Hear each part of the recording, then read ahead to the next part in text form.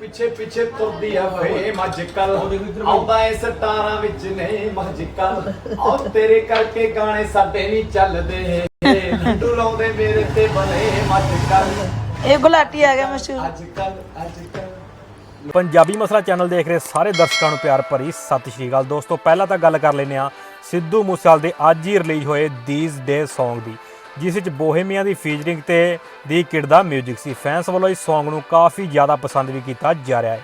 ਇਹ Song ਨੂੰ release ਹੋਏ ਅਜੇ 7 ਹੀ ਘੰਟੇ ਹੋਏ ਹਨ ਕਿ ਇਹ ਵਾਲਾ Song 19 ਲੱਖ ਵਿਊਜ਼ ਦੇ ਨਾਲ ਟ੍ਰੈਂਡਿੰਗ ਵਿੱਚ ਆਪਣਾ ਨਾਮ ਹੀ ਦਰਜ ਕਰ ਗਿਆ ਹੈ ਤੇ ਨੰਬਰ 13 ਤੇ ਟ੍ਰੈਂਡਿੰਗ ਵੀ ਕਰ ਰਿਹਾ ਹੈ, ਜੋ ਕਿ ਇੰਨੇ ਥੋੜੇ ਟਾਈਮ ਵਿੱਚ ਟ੍ਰੈਂਡ ਕਰਨਾ ਬਹੁਤ ਵੱਡੀ ਗੱਲ ਹੈ। ਹੁਣ ਗੱਲ ਕਰਦੇ ਹਾਂ ਜੀ ਸੈਮ ਮੱਲੀ ਦੀ, ਜੋ ਕਿ ਸੁੱਖ ਸੰਘੇੜਾ ਨਾਲ ਵੀਡੀਓ ਸ਼ੂਟ ਵੀ ਕਰਦਾ ਹੈ।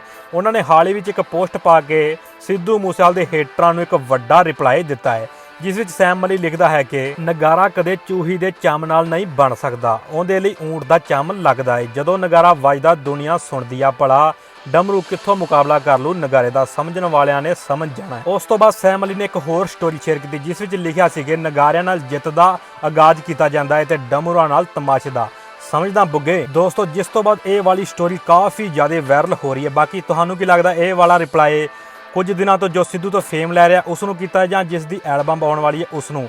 ਜੇਕਰ ਪਤਾ ਲੱਗ ਗਿਆ ਤਾਂ ਕਮੈਂਟਸ ਕਰਕੇ ਜ਼ਰੂਰ ਦੱਸਿਓ। ਧੰਨਵਾਦ।